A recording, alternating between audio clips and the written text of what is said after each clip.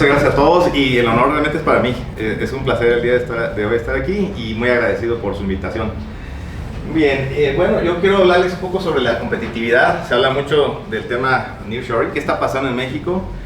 Bueno, yo lo puse en el contexto mexicano-americano. He tocado vivir en Estados Unidos los últimos 14 años, ya hasta me hicieron americano, porque para hacer negocios con el gobierno casi que es un requisito. Así que tengo el contexto binacional. No, listo. ¿Me escucha mejor ahí? ¿Tampoco? No. ¿Se escucha mejor? ¿Un poquito? Bueno. Bueno, el día de hoy quiero hablarles primero de antecedentes, hablarles un poco de qué significa el nearshoring en términos generales y después el tema más importante, la competitividad, cómo podemos elevar la competitividad en la oportunidad única que está presentándose, que yo creo que tenía más de 100 años que no había una oportunidad de este tipo. Bien, como antecedentes quiero decirles que ya pasamos las primeras 3 revoluciones industriales. En el 2020 estamos iniciando formalmente, aunque esto fue una propuesta de un grupo de maestros catedráticos al gobierno alemán, pero realmente empieza en 2020, parece que se pausa con el COVID, pero realmente se acelera con el COVID. Así que es una etapa interesante. Algunos otros antecedentes es que antes de NAFTA ya había interés de organizaciones, empresas americanas y extranjeras en general de estar en México, aunque realmente era una economía muy cerrada, muy proteccionista. Pero bueno, en el 94 pues se logra el Tratado de Libre Comercio y eso permite principalmente la inversión de empresas americanas a México. Me hubiera gustado decir y mexicanas en Estados Unidos. No es en ese nivel, pero realmente esa es la realidad.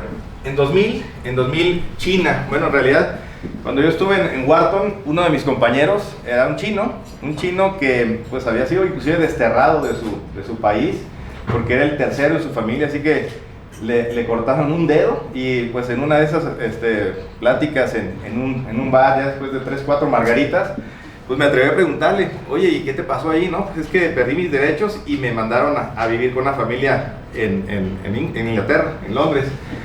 Y entonces el muchacho era brillante, hizo una carrera espectacular y después hizo el MBA en Wharton Business School, que es la escuela número 1 de negocios en ese año, 96. Otro de nuestros compañeros, Elon Musk, por si le suena, era otro de los compañeros. Pero algo interesante con este muchacho chino, con unos cuantos tequilas encima, le preguntamos, oye, ¿y con todo esto en qué empresa vas a trabajar? Porque les estaban ofreciendo sueldos de $200,000 anuales. Y lo más sorprendente es, no, yo voy de regreso a China. ¿Cómo que vas a China? Pero ¿cómo que en China no te quisieron y tú si quieres a China? Dice, no, lo que pasa es que tenemos un plan, y volteaba así. Tenemos un plan que se llama China 2020, no sé si alguna vez lo escucharon. Y le digo, ¿y qué consiste China 2020? Mira, no te puedo dar mucho detalle, pero básicamente significa que en el 2020 China va a ser el número 1 en todo. ¿Qué es todo? Todo, economía, aeropuertos, infraestructura, vamos a ganar los olímpicos, vamos a ser los mejores en todo. Oye, pero ¿cómo van a hacer eso? Bueno, ese es el plan, yo te puedo decir el qué, pero no el cómo.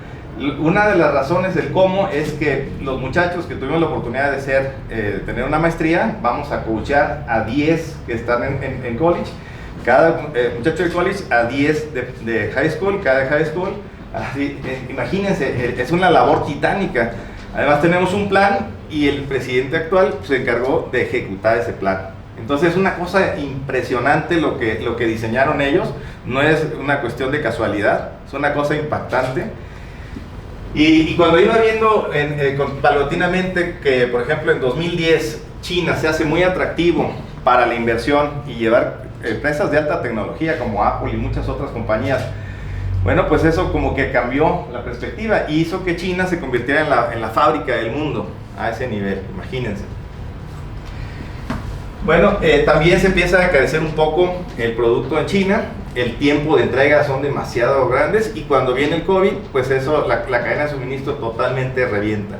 Y es ahí en donde empieza a haber pues también otras asperezas en el gobierno de Trump con los chinos, porque la verdad también los chinos no juegan limpio, muchas cosas se la roban y no cumplen las leyes y por más que les dicen y les ponen, ¿cómo se dice?, multas y todo eso, lo siguen haciendo. Entonces, digamos que no es una competencia leal. Entonces, es cuestionar esa política, y la globalización se mueve de manera absoluta, pero también se rompen las cadenas de abastecimiento, entonces hay ahí una especie de alarma. El consumo en Estados Unidos se dispara, realmente todo esto viene de un consumo, no puedo decir cómo sería la palabra, pero es un país demasiado consumista, o sea, todo es desechable, es una cosa impresionante en todos los sentidos. Entonces, durante el COVID, pues parecía que todos los días era como Navidad, todos estábamos pidiendo cosas que llegaban de Amazon y todo eso, y entonces están gastando a niveles récord todavía en el último Black Friday. Imagínense, se rompe nuevamente el récord, se vende un 10% más de lo que se vendía antes, cuando el objetivo del Black Friday era reducir los inventarios que estaban en exceso, para que en la época de Navidad los nuevos productos pues estuvieran disponibles, y también el flujo de caja. 9,6%, casi 10% del año anterior a noviembre del 23. Bueno, y además ese patrón de comportamiento del consumidor estadounidense, pues es lo que realmente ha sostenido la economía, porque con todo y las altas de interés, con todo y pues la cuestión de la guerra y todo eso que se está financiando, es una cosa impresionante. Es un consumo desenfrenado, es la palabra, consumo desenfrenado. Bueno, entonces esa economía ha crecido 70%, equivale en un solo año al 4.9% del PIB, en un año, imagínense. Es una cosa impactante. Por eso, pues obviamente ha bajado el miedo a la recesión, porque el consumo sigue siendo una cosa espantosa, con todo y que los americanos han dejado de ahorrar, y además, pues con todo y que los intereses son muy altos, siguen comprando productos de todo tipo, y lo hemos visto en el incremento de precios, productos de consumo tradicional como productos de lujo, a ese nivel. Bueno, entonces ahí estamos. Bueno, dentro de lo que es esto también hay ruido político, hay muchas cosas que se oyen y que son, y otras que son y no se oyen, entonces realmente hay mucho ruido político. A pesar del gobierno, eso también, pues ha habido una resiliencia democrática, pues que está guiada por la economía y los empresarios, que pues, realmente son los que mueven al mundo, son los que realmente dan los trabajos y los que pagan los salarios, aunque el gobierno diga que los subió, pero no los paga. Así que bueno,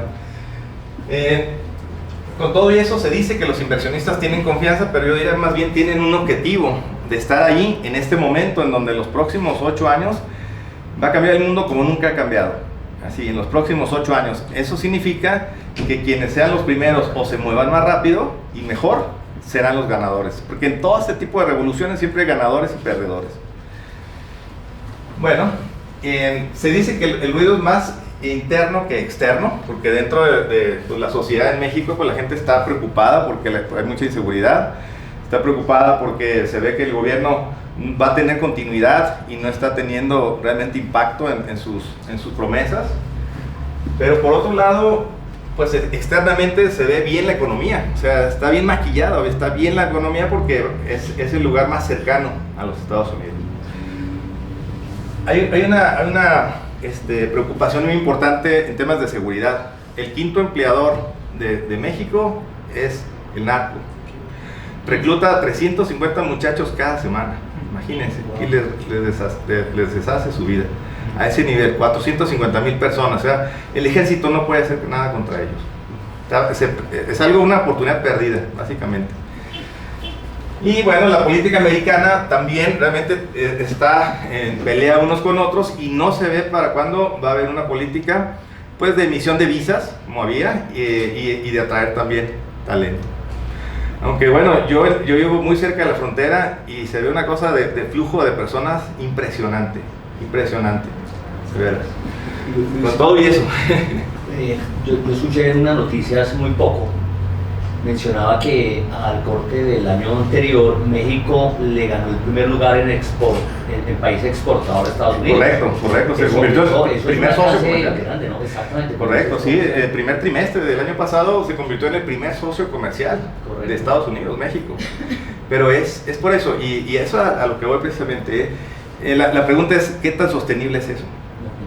Pero bueno, ahí vamos a ir, pero es eso, Entonces, ¿qué significa nearshoring? Básicamente nearshoring es, pues, no necesariamente traer las empresas de China, porque China va a seguir surtiendo el mercado de Asia, sino más bien acercar la manufactura de productos, principalmente, a la frontera de Estados Unidos. Es eso. Inclusive, había una cuestión donde Trump decía, voy a invertir $2,000 millones en hacer un muro. ¿Y por qué no inviertes, en lugar de hacer un muro, en hacer varias empresas para que toda esa gente que está llegando se prepare y trabaje? Y no necesariamente se tenga que pasar a Estados Unidos. Es un absurdo, ¿no?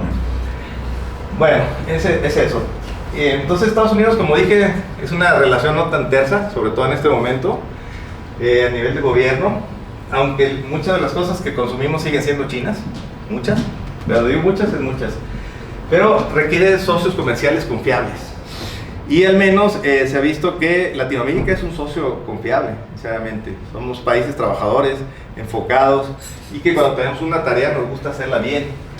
Entonces, hay algún flujo de empresas globales que están aprovechando esta oportunidad, entre ellas obviamente China. China es el número uno de los apostadores que van a entrar a México, el número uno. Se han recibido últimamente 500 peticiones para entrar a México, y la mayoría son de Estados Unidos y después de China. Estados Unidos y China.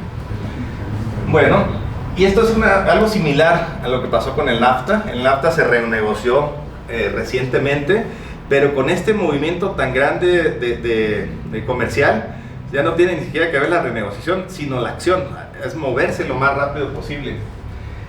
Bueno, entonces lo que buscan son cadenas de valor, no solo manufactura, cadenas de valor completas de productos y producción. Porque dice, el problema de Estados Unidos es, el costo más alto es no tener el producto que vender al cliente que está todo el tiempo comprando. Es un nivel alto de ansiedad, es una forma en la que vemos el nivel de ansiedad que hay. Y los clientes quieren que les llegue mañana, Amazon Prime, mañana. Es una cosa de veras tremenda. Y además, esto es una oportunidad que no es exclusiva para México. La verdad no es para México, porque China no está buscando realmente salir, se quiere realmente invertir en Latinoamérica, no solo en México, sino en Latinoamérica. Y ya que esa infraestructura que tiene es para satisfacer a Asia. Y en América para satisfacer Norteamérica. Por eso digo América, no solo México, porque no solamente es manufactura. Entonces lo que está pasando es una reconfiguración total de las cadenas de suministro, que tiene que ver inclusive con el cambio ambiental. Este año se vio disminuido el canal de Panamá. Imagínense, o sea, cosas que nunca habían pasado, están pasando. Y bueno, aquí hay algunas razones por las cuales Estados Unidos, el mercado más grande del mundo, está interesado en Latinoamérica. Primero, un alto nivel de retorno de inversión, pero muy alto. Similitudes culturales, porque bueno, tomemos en cuenta que, bueno, no sé toda la población latina de Estados Unidos, pero solamente habemos 50 millones de mexicanos. Y latinos yo creo que seremos en total tal vez unos 60, 70 millones. O sea, realmente estamos ahí. Bueno, el tema de las zonas horarias, ese también es otro muy importante, diferente a China. Claro, bueno, obviamente el costo de la mano de obra mucho menor en nuestros países. Y bueno, también hay un tema de bajo riesgo, se dice, en temas de robo de inteligencia, de propiedad intelectual, o menos riesgo, vamos a ponerlo así. Bien, entonces... Perdón, Luis, ¿crees tú que América está en este momento en las mismas condiciones que estaba China hace como 20 años, en donde se hizo toda la inversión en China para todas las empresas? Bueno, puede ser que sí, en la ejecución, pero no en la planeación. Ellos tenían un plan increíblemente bien diseñado y desarrollado, y han trabajado con una dirección increíble. Y creo que eso es lo que nos falta, pero si tuviéramos un plan, te puedo decir que sí. Y además, no un plan mexicano, sino un plan latino. O sea, si lo vemos como región, podríamos ser mucho mejores y más ricos como región, como si fuera la Unión Europea, pero la Unión Americana, por el tema de la ubicación geográfica. No hay comparativo con ubicación geográfica, recursos naturales y talento, ¿verdad? Es increíble. Bueno, exportación, 450,000 millones de dólares el año pasado, un récord. La balanza comercial de México, 125,000 millones de dólares, imagínense. 36% más de vehículos producidos en México. récord en exportaciones, y también algo interesante es que también hubo récord en el consumo interno, lo cual pues hace ver que la industria de la manufactura de exportación pues es uno de los grandes generadores de la clase media. Y bueno, el crecimiento de un 70% en lo que es comercio digital y naves industriales, que de hecho esa es ahora la restricción, no hay espacio, no hay espacio. Bueno, estos son algunos datos recientes. El primer trimestre del año pasado, México se convierte en el principal socio comercial de Estados Unidos, ya no China, es México, Canadá, y tercer lugar, China, a ese nivel. Otro dato muy interesante, y cuando digo una oportunidad como nunca en los últimos 100 años, es el tema de la producción automotriz, porque básicamente la flota automotriz de los Estados Unidos se va a renovar en los próximos 10 años, se dan una idea. Bueno, fíjense la producción de China. Bueno, China, hablando como la pregunta que me hacías, ¿cómo estaban en el 2000? China producía 13 veces menos, 2 millones de vehículos al año, en el año 2000. Ha crecido su producción 13 veces, imagínense, es una cosa impresionante. O sea, más del doble que lo que produce Estados Unidos. Japón, tercer lugar, India, Corea del Sur, Alemania, México muy cerca de Alemania, Brasil, inmediatamente después, España, Tailandia, son los 10 primeros. Si juntáramos la producción de Latinoamérica, estaríamos llegando a 5,5 millones, todos juntos, incluyendo Colombia, que está sobre los 50,000 vehículos. Bueno, la flota vehicular de Estados Unidos, no lo puse ahí, claro, la flota vehicular de Estados Unidos son 288 millones de vehículos, solo Estados Unidos, 285 millones, y con una población de 334 millones de personas, una locura. Y se va a renovar en los próximos años se va a renovar esa flota automotriz. Entonces, si me preguntaran de todas las oportunidades, ¿dónde está la mejor? Bueno, creo que está por ahí. Bueno, entonces nunca ha habido una oportunidad tan grande en la historia del mundo. Y bueno, no solamente son vehículos eléctricos, yo creo que vamos a ver cómo va a funcionar la parte de hidrógeno, ese tipo de cosas. Pero bueno, las empresas que quieren invertir en México, que quieren poner plantas en México, son manufactura principalmente y cerca de la frontera, muy cerca de la frontera. Principalmente Nuevo León, Chihuahua, y tercer lugar es Baja California. Bueno, la pregunta es, ¿cuántas empresas aprovecharemos esta oportunidad? Porque no es solo manufactura, no es solo manufactura. ¿Qué tal la asesoría? Desarrollo de ecosistemas. De hecho, lo que están buscando los empresarios, los inversionistas, no es plantas industriales, están buscando ecosistemas y servicios complementarios. Bueno, ¿quiénes lo van a aprovechar? Bueno, primero que todo necesitamos políticas públicas que incentiven la inversión. En el tema de desarrollo de ecosistemas, lo que decimos es infraestructura. A mí me preocupa mucho. Yo estuve el viernes en una planta muy grande de baterías en la ciudad de Tijuana, y la verdad es que llegar por la vía rápida, que ahora yo la conozco como la vía lenta, es como el único freeway que tiene Tijuana, nos costó llegar casi hora y media a esa planta, y de regreso, cuando no había tráfico, 30 minutos. Pero es una locura. Hicieron plantas, creció la ciudad enormemente, pero no así la infraestructura. Eso es una preocupación. Bueno, entonces puertos, carreteras, puentes, ferrocarriles. ¿Irá a ser el nivel de crecimiento lógico con esto? ¿Qué tal los proveedores? Proveedores son muy importantes. Mano de obra, profesionistas. De hecho, pues la ciudad de Guadalajara es una ciudad universitaria, en donde tenemos el segundo Silicon Valley, precisamente por la cercanía de universidades. Plantas, servicios compartidos, como por ejemplo Johnson & Johnson puso su área de servicios compartidos en Colombia. Entonces, eso significa que no es solamente manufactura lo que está ahí, sino todo lo que está alrededor de la manufactura. Y bueno, servicios básicos como agua, energía, etc. Bueno, ahí está, 283 millones de vehículos y 334 millones de personas. Bueno, pues es eso, se va a reconvertir el parque vehicular eléctrico entero. Y aquí estamos hablando solo de Estados Unidos, ¿eh? México actualmente produce 3 millones y buscará en los próximos años llegar a 6 millones de automóviles. Esta semana el mega gigante de los automóviles eléctricos chinos anunció que se va a instalar en México, en Nuevo León también. Ahí se quita de Tesla, pues si no fuera poco. Ahí está. Y además las marcas tradicionales. Es una pregunta ahí.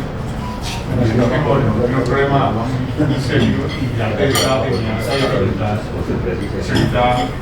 ese tema y entonces, ¿cómo se llama? Sí, la verdad es que el tema del agua es clave, es crítico. Muchos de estos productos, por ejemplo los chips que podrían estar ahí, el problema es el agua. Necesitan mucha agua para producir, los coches también. Ahora dicen que ya se están llenando todas las presas, hemos tenido buena época de aguas, pero pues es una cosa lo que dicen los políticos, otra cosa lo que realmente es. Yo creo que hay una crisis de agua fuerte. No solamente es Nuevo León, también Ciudad de México. Ciudad de México, también Sonora, que es una ciudad fronteriza, estado fronterizo. Bueno, obviamente Tijuana y San Diego. Sí, San Diego surte el agua de Colorado, por eso es el agua más cara de todos Estados Unidos. No hay agua. La estimación que tienen es que Ciudad de México ya tiene agua hasta 1. Se dedican a 25 millones de hectáreas. Así es, yo diría que hay un tema alarmante. En el tema de agua es alarmante. Y ya empezamos a ver los primeros estragos. Barcelona, ¿cómo está Barcelona ahorita? Es una cosa increíble. Y particularmente Ciudad de México ya están. Ciudad de México. Hay áreas donde ya están recibiendo. Sí. Ahí hasta ciertas horas ya no hay agua. Así es. Se trata de comprar pipetas y llevarlas a las. Entonces, todos estos productos requieren muchísima agua para producirse. Bueno, entonces algunos datos recientes, expectativas de inversión. 40% de la inversión, Estados Unidos. Segundo, China. Tercero, Dinamarca, 10%. 7, Australia y 6, Corea. Si se fijan ahorita de todo lo que hemos hablado, y lo más triste para mí es ver que no hay inversión de latinoamericanos, o que estemos creciendo la inversión en conocimiento, en tecnología, en desarrollo de nuevos productos, etc.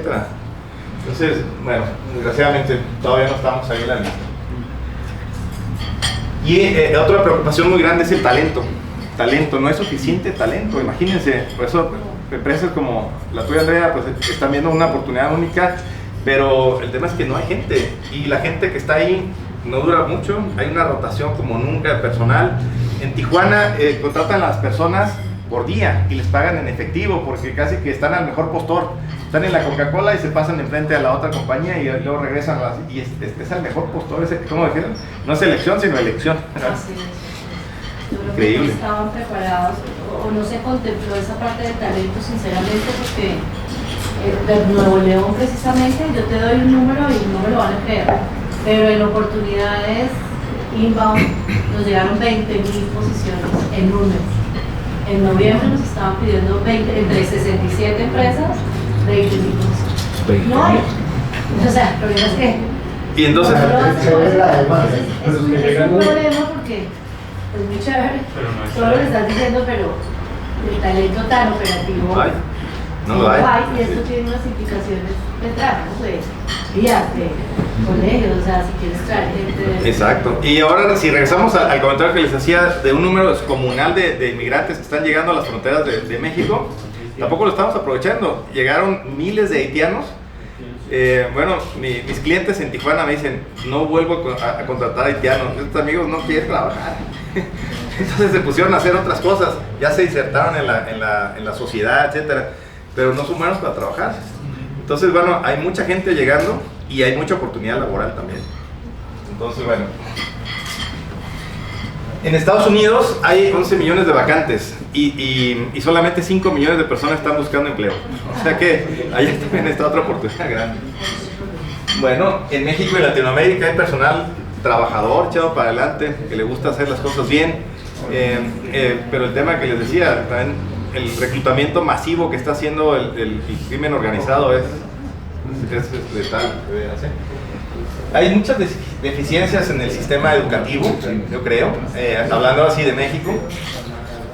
Y creo que lo interesante aquí es capacitación para el empleo, no necesariamente, bueno, la educación básica, pero ahora lo que va a faltar es mano de obra calificada, que pueda aprender en poco tiempo a hacer las cosas bien. porque a veces nos cuestan 6 meses. Problemas de calidad que teníamos en IBM, oye, pues la gente estaba 6 meses aprendiendo y aún así se seguía equivocando. Hicimos un proyecto de, llamamos el túnel del tiempo, en dos semanas tenían que estar capacitados. Ese es uno de los retos más interesantes. Se habla de reducción de la jornada laboral de 48 a 40 horas. Eso va a tener un impacto muy fuerte en la productividad de las compañías. Y bueno, positivo en la vida de las personas, y lo que se busca sea un cambio gradual. Eso es lo que están buscando. Salario mínimo aumentó 20% este año, gracias a nuestro señor presidente. y eso significa $16 diarios a nivel nacional y 22 en la frontera. Pero si hablamos de empleos de la manufactura de exportación, están dispuestos a pagar entre 3 y 5 veces más. 3 y 5 veces más. Aún así, el salario mínimo en California es de $14 la hora. O sea, casi lo que gana una persona en un día, ahí lo ganan en una hora. Así es. Bueno, ya hablamos de otra limitante, espacios industriales. Y si están haciendo bodegas, el tema es que no hay cómo llegar a ellas. Está haciendo un cuello de botella para los transportistas. También en todo lo que es agilidad de permisos para paneles solares. Bueno, aquí están los parques industriales más importantes, que también están creciendo, y ahí sí está habiendo inversión en el desarrollo de puertos. Eso creo que está interesante. Energía es el otro. Estamos llegando al límite de la energía que tenemos. Llevamos 4 años perdidos, casi 5 años, más bien 5 años, en donde no hemos generado nuestra propia energía. Tenemos una ¿cómo se llama? Que convierte petróleo en gasolina. Una refinería que no refina, y ha costado 3 veces más el presupuesto, y realmente energías limpias no se han explotado como debería ser. Hay un déficit, y también hay una oportunidad muy grande. El agua, yo diría, ese es el más crítico de todos, porque si no hay agua no habemos nadie, ni negocios, ni personas, ni nada. Y aquí es interesante ver cómo las empresas se pueden hacer, o se deberían hacer cargo, pues, en un tema circular, desde la extracción hasta el tratamiento de las aguas. En términos, nosotros trabajamos con potabilizadores mexicanos y americanos, y entre un 50 y 70% se pierde en el trayecto, el agua. O sea, ni siquiera llega al objetivo. Y ya que llega a las casas o a las fábricas, la mitad, entre el 30 y 50% se desperdicia. O sea, la conciencia en el uso del agua no existe. Y entonces la pregunta es, ¿qué tan está sostenible, qué tan directa o indirectamente están nuestros proyectos relacionados con los 17 objetivos de la ONU, del modelo sustentable? Entonces, ayer había que preguntarnos. A mí me dio mucho gusto uno de nuestros clientes en España, la cervecería Mao San Miguel. Cuando llegamos ahí, tiene sus cubos y dice, nosotros estamos conectados a estos 8 objetivos, directamente, indirectamente a estos 5. Y la pregunta es, nosotros a cuáles objetivos estamos conectados, como universidades, como personas, como empresas, como empresarios. Entonces, hay una gran oportunidad aquí. Bueno, tercer punto, cómo elevar la competitividad. Ahí también hay una oportunidad grande. Quiero darles algunos ejemplos. Por ejemplo, invertir en infraestructura, inversión en desarrollo de talento, creo que es una muy interesante. Formalizar negocios en una economía informal enorme. Innovación de productos y servicios, mayor productividad. Me gustaría que estuviéramos inventando el siguiente auto eléctrico, o mejor de hidrógeno o algo así. Imagínense, eso sí sería relevante. Velocidad del cambio, creo que es otro de los más importantes, porque hay cambio. Y está llegando el tema de la transformación digital en un momento clave, en donde si la sabemos aprovechar, vamos a mejorar significativamente la calidad de vida de los seres humanos. Si no lo hacemos, nos vamos a quedar en el intento, todos. Bueno, transformar datos en decisiones, porque la transformación digital y en general esta tercera revolución industrial nos hizo recopilar muchos datos, tener muchos sistemas. Pero es diferente tener datos a usar esos datos. Es ahora el nuevo petróleo, el nuevo oro del futuro. ¿Cómo usamos los datos? Bueno, aquí vemos varias oportunidades. Optimización de procesos, velocidad con calidad y nuevos modelos de negocios para el que las quiere pueda aprovechar. Miren, esta es una pequeña compañía que, como muchas compañías americanas, llegó un momento en donde no eran rentables. Entonces tenían dos opciones, irse a China o irse a México. Esas eran sus dos opciones. Y es una compañía que produce estas máquinas para pintar y que pues ya no era rentable, tenía demasiada deuda, un inventario insostenible, era un momento de cierre. Decíamos, oye, y en lugar de ir a México, ¿por qué no intentamos por última vez si podemos ser productivos igual o más que en México? Luis, no se puede eso, ya lo intentamos, no se puede. Bueno, vamos a dar una oportunidad. ¿Y qué creen? Sí se pudo. Tiempos de entrega que tenían de 3 a 4 semanas se redujeron a 1 a 2 días, en la mitad del espacio y con la mitad del inventario, simplemente cambiando la forma de hacer sus procesos. En lugar de hacer un proceso push, empujar, se hizo un proceso pull, en donde en este supermercado donde tienen el 95% de confiabilidad de que lo que pide el cliente lo toman, lo envían directamente al cliente, y el sistema pull lo que hace es que manda una señal, que es una tarjeta de estas, al proceso inmediato anterior, que le dicen hay que fabricar esta máquina, la producen entre 6 y 10 minutos y la ponen otra vez disponible para que se vuelva a vender. Un sistema muy simple, es lo más simple porque realmente lo que tenía era súper complejo, y eso permitió llegar al nivel de la maquila en México. Pero con la oportunidad, no sé si se ve aquí, bueno, esto que está aquí es la calcomanía Made in USA, que tiene para ellos mucha relevancia, al menos para sus clientes. Y se pudo mantener ahí. Gracias a eso, y después de este proyecto, nos buscó una agencia del gobierno de Estados Unidos y nos dice, ayúdenos porque tenemos muchas de estas empresas y ellos pagan todos esos servicios. Es una forma de regresarle los impuestos a la microempresa. Bueno, en optimización de procesos, bueno, aquí está, es el resultado que lograron. Aumentaron su capacidad más del doble, sus utilidades en 5 veces, sus ventas de casi el doble, 0 pedidos atrasados, inventarios a menos de la mitad, como dije, 2 días máximo de entrega. Y demostramos que sí se puede, solamente cambiando la mentalidad, liderazgo y utilizando herramientas de alta productividad. Y se dieron esa oportunidad y se logró. Miren, esta es una compañía muy grande. De hecho, Sanmina es una de las grandes electrónicas del mundo. Y esta compañía en específico es la que hace los enclosures. Básicamente son los armazones metálicos que van dentro de los ordenadores, de los servidores, de algunos de los juegos de videos, etc. Y entonces es la más grande del mundo, tiene 1500 trabajadores. 1500 trabajadores. Y cuando estas personas estaban en problemas, y preguntamos, ¿cuál es el problema?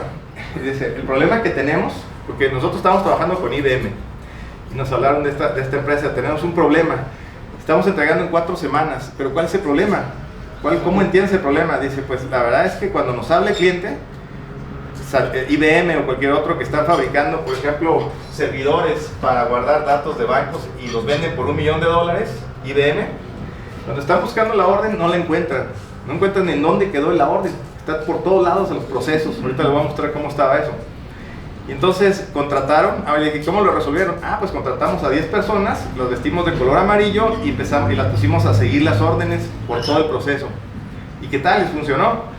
Pues como eso no lo encontraron, contratamos a otros 20 y los vestimos de rojo a seguir a los de amarillo. ¿Y cómo les funcionó? No resolvimos el problema. Entonces, obviamente IBM, ¿qué dice? Pues mejor me voy a China, tengo que traer más piezas porque hay que comprar contenedores completos, pero son más confiables. Esta compañía se encuentra a 10 kilómetros de IBM y llegaba más tarde que si lo compraran en China. ¿Cómo es posible eso?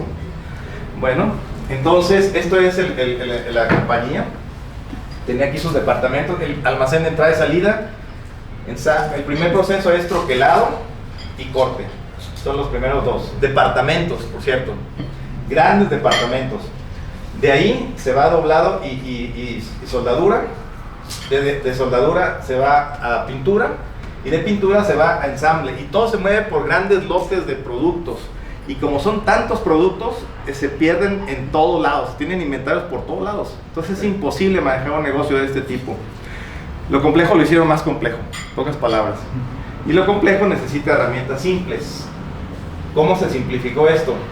Bueno, pues en lugar de mover por todos lados, simplemente se definieron familias de productos. Esta es la familia de los armazones para servidores, pero también hay para videocaseteras, para estos aparatos de de cable, etcétera, videojuegos, etcétera. Y se hizo una célula de trabajo desde corte, doblado, soldadura, una cabina pequeña de pintura, y aquí hicimos el ensamble. Y de aquí se va al almacén y se va directo al cliente. Tiempo de entrega, un día. Y después dijeron, oye, tiene sentido eso. ¿Y qué pasa si convertimos todo lo demás así? Pues, primero necesitabas un ejemplo. Bueno, ¿qué pasa en cada una de esas unidades de negocio?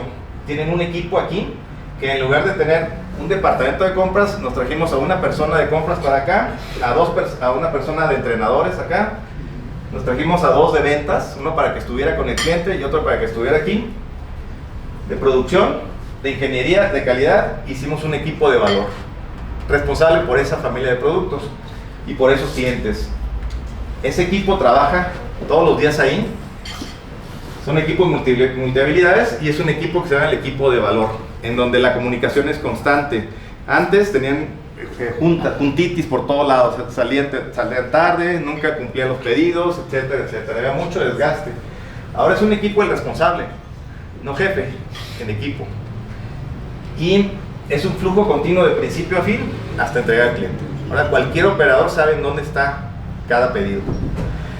Se hizo lo más simple. ¿Y qué pasó? Bueno, fíjense, se configuraron las 5 cadenas de valor, todo ese espacio quedó libre. El arte de hacer el doble en la mitad del espacio, o en la mitad de los recursos. Bueno, este es un caso bien interesante porque de nada sirve llevar la manufactura a un lugar si no la hacemos productiva, si no trabajamos con velocidad y calidad. Entonces, entregas de 2 a 7 días, equipos multifuncionales, ese es uno de los requisitos para ser ágil. Equipos motivados y comprometidos, enfoques en resultados y en procesos, no solo en uno o en otro. El personal regresa a tiempo a casa, están muy agradecidas las esposas de que sus esposos regresaran a tiempo. Y también mayor estabilidad laboral. El tema de con todo y que tenían muy buenos sueldos, la rotación era una cosa impresionante. Entonces, sabemos que cuesta 6 meses del salario de esos ingenieros contratar a otro, imagínense. 6 meses de salario. Bueno, los nuevos modelos de negocios, de hecho el presidente de Mercedes-Benz dice, estoy preocupado porque estoy viendo que la compañía más grande de transporte ya no es una compañía de vehículos, sino una compañía de software.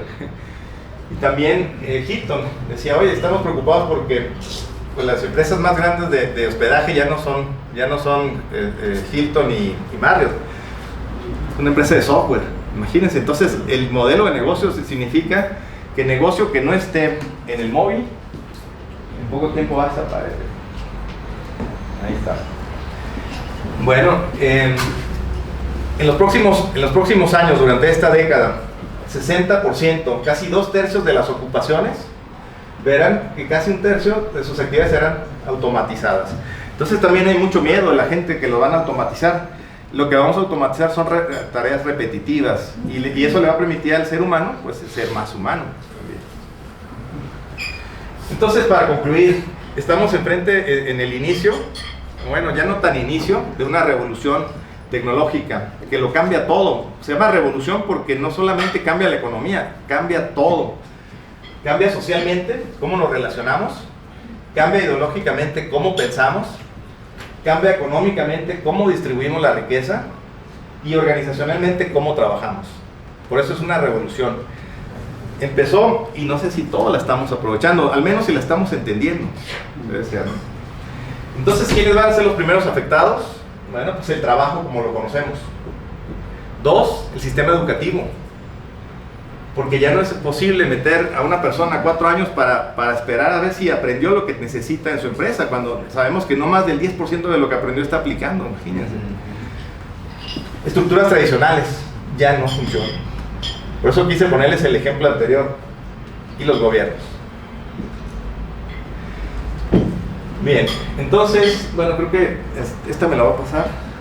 ¿Cómo vamos de tiempo? Ustedes me dicen. Les voy a mandar la presentación, es un poquito larga. Pero bueno, fíjense, este es el inventario de habilidades. ¿Sí? ¿Tenemos tiempo? Ah, bueno, perfecto. Inventario de habilidades. Según el Foro Económico Mundial del 2015, esta era la lista en orden de las habilidades que teníamos que desarrollar. Número 1, solucionar problemas complejos. Coordinación con otros, gestión de personal, pensamiento crítico, negociación, control de calidad, orientación al servicio, toma de decisiones, escuchar activamente y creatividad. En el 2020 eso cambió. Número 1, solucionar problemas complejos, pensamiento crítico, se fijan, pasó en dónde estaba, del 4 al 2, creatividad, al 3, gestión de personal, 4, pasó del 3 al 4, coordinación con otros, intro, inteligencia emocional, a la lista, toma de decisiones, orientación al servicio, negociación, y como va a haber más cambios que en toda la historia de la humanidad, flexibilidad cognitiva, gestión de cambio. 85% de los trabajos que van a existir en el 2030 aún no se han inventado. Ustedes los van a inventar, imagínense. ¿Quién gana? Bueno, gana la economía, al menos en el corto plazo. Los seres vivos, esperamos que si aprovechamos toda la riqueza que hay en el mundo, la conectividad, la globalización y por fin en el mundo la capacidad de producir alimentos para todas las personas, si nos ponemos de acuerdo, si no, pues estos estallidos de guerra pues han sido una cosa pues alarmante, porque también están afectando significativamente el medio ambiente. Imagínense cómo lastimamos a las personas y a la tierra con esas bombas, ¿no? Los seres vivos, porque vamos a ver un cambio significativo parecido a la segunda revolución industrial, cuando se pudo democratizar los vehículos con la producción en masa y democratizar muchas otras cosas. Ahora es la democratización de los bienes más importantes. Entonces, los seres vivos, si cuidamos el medio ambiente, si no, se acaba todo. Y los que se preparen. Entonces, ahí la pregunta es, ¿qué estamos haciendo? Con eso quiero terminar para pasarle la palabra a ustedes. ¿Cómo se están preparando? ¿Qué estamos haciendo en lo que a cada quien nos toca?